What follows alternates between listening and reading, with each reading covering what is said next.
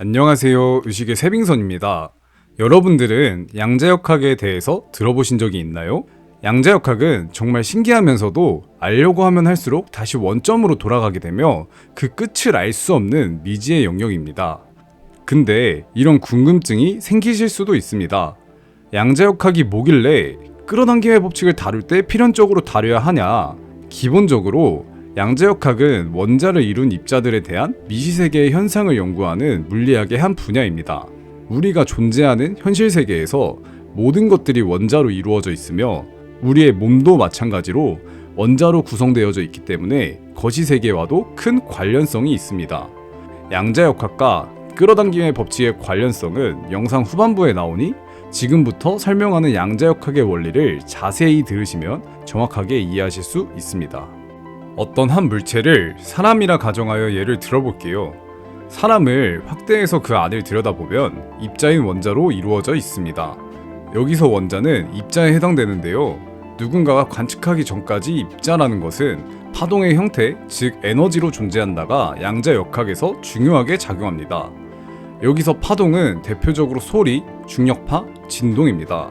쉽게 말해 강가에 돌을 던지면 물의 표면 위에 보이는 것이 파동입니다. 자, 우선 양자역학의 원리를 이용한 실험인 이중슬릿 실험에 대해서 설명해 드릴게요. 이중슬릿 실험은 물질이 이중적인 형태를 가지고 있다는 것을 증명하기 위해 시작되었습니다. 자, 여기에 전자들을 쏘는 전자총과 그 앞에는 두 개의 긴 틈이 있고 그 뒤에는 넓은 스크린이 있는데요.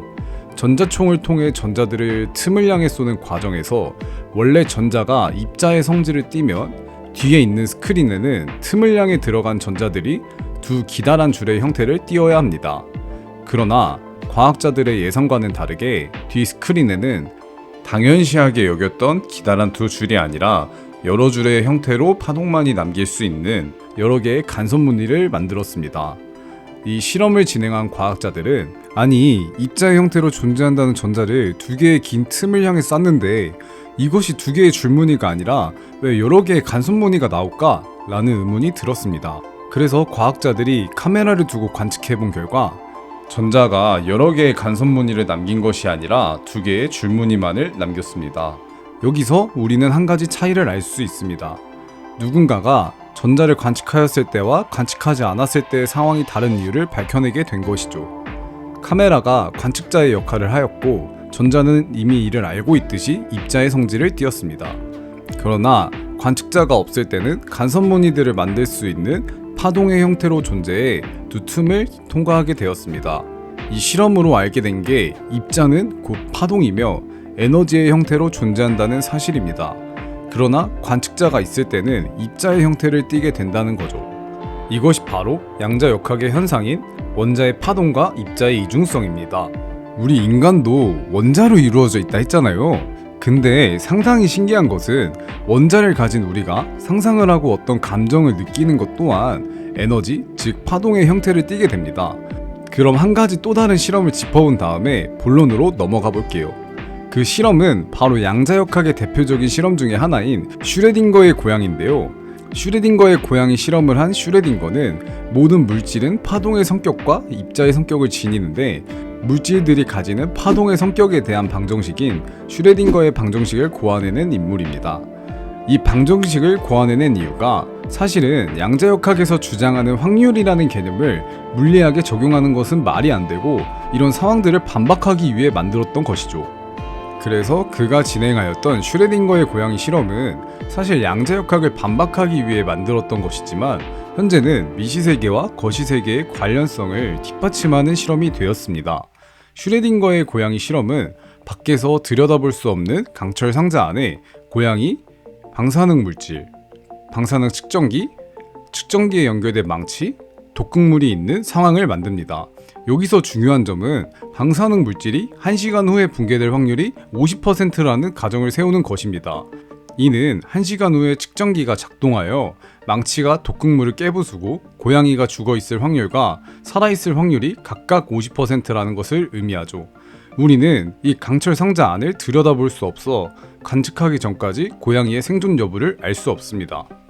관찰자가 관측하지 않은 고양이는 파동의 상태로 겹쳐져 있는 양자 중첩 현상을 띠게 됩니다. 여기서 양자 중첩이란 여러 가지 가능성들이 겹쳐서 존재하는 상태로 죽어있는 고양이와 살아있는 고양이가 동시에 존재한다는 겁니다.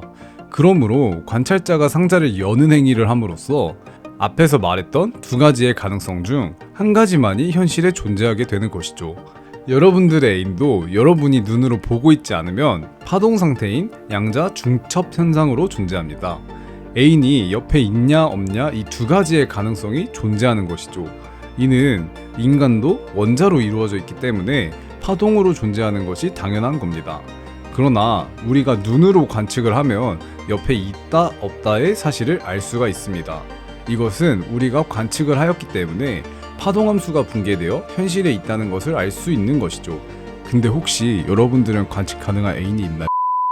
한번 정리하고 갈게요. 이중슬리 실험은 관찰자가 관측을 하지 않으면 파동으로 존재하고 관측을 하면 입자로 존재한다. 슈레딩거의 고양이는 양자 중첩 상태로 두 가지의 경우의 수가 동시에 존재한다. 이어서 이를 다루는 두 가지의 해석이 있습니다. 학자들에 따라 코펜하겐 해석과 다세계 해석으로 나뉘어 양자역학을 이해하려고 합니다. 코펜하겐 해석은 20세기 전반에 걸쳐 영향력이 가장 컸던 해석으로 닐스 보어와 베르너 하이젠베르크라는 두 물리학자가 주장한 양자역학 해석 중 하나입니다. 앞서 말했던 슈레딩거의 고양이 실험에서 죽어있는 고양이, 살아있는 고양이가 확률적으로 겹쳐 중첩되어 있는 상태에서 관측을 하여 파동함수가 붕괴되고 오로지 한 가지의 상태만 관측하게 된다. 이것이 코펜하겐 해석의 주장입니다. 자, 이제 다세계 해석에 대해서 설명해 드릴게요. 다세계 해석은 양자역학을 거시세계에서 역설적으로 받아들이는 그 상황을 해결하기 위해 휴 에버렛이 주장한 해석입니다. 그는 파동함수가 붕괴되는 현상이 실제로 존재하는 것이 아니라 모든 사건에 대한 가능성들이 다양한 우주, 쉽게 말해 평행우주로 존재한다고 주장했습니다. 즉, 죽은 고양이와 살아있는 고양이 모두 다른 세계에서 존재하는 것이고 우리의 의식 또한 그렇습니다. 정리하자면 코펜하겐 해석은 관찰자가 관측을 하게 되어 양자 중첩 현상이 붕괴되었을 때 우리가 볼 수 있는 현실이라는 것이고, 다세계 해석은 이와 정반대로 관찰자의 관측으로 양자 중첩이 붕괴되는 것이 아니라 관찰자의 의식과 그 사건에 대한 가능성들이 수많은 세계에서 공존하고 그 중 하나만이 선택되어진다는 것이죠. 코펜하겐 해석과 다세계 해석은 양자역학을 서로 다른 관점으로 이해하려고 하지만 끌어당김의 법칙의 관점에서 봤을 때 두 해석의 공통점인 관측이 크게 작용하게 됩니다. 코펜하겐 해석의 관측은 우리가 현실에서 관측할 수 있는 상황에 대한 가능성을 가진 것이 우리가 눈이라는 신체 기관으로 관측을 함으로써 그 상황이 존재하게 되는 것이고, 다세계 해석의 관측은 우리가 하는 상상들을 눈이라는 신체 기관으로 볼 수 있는 것이 아니라 자아를 가진 관찰자가 수많은 가능성들을 상상하면 이것은 수많은 세계가 현실로 존재하게 되는 것으로 어떠한 것이 관찰자의 삶인지는 모릅니다. 그러나 내가 끊임없이 관측하고자 하는 우주들도 마찬가지로 에너지이며 파동으로 존재하게 되니 나의 현실로 오게 되는 겁니다. 제가 정말 강조하고 싶은 것은 결국 우주에 존재하는 모든 것들은 입자의 형태로 존재하기에 그 모든 것들은 파동의 형태로 존재하고 이것들은 에너지라는 거예요. 여기서 에너지는 우리가 머릿속에서 하는 상상들을 통해 몰입하여 관측하고 시각화하면 이것이 현실이 된다는 거죠.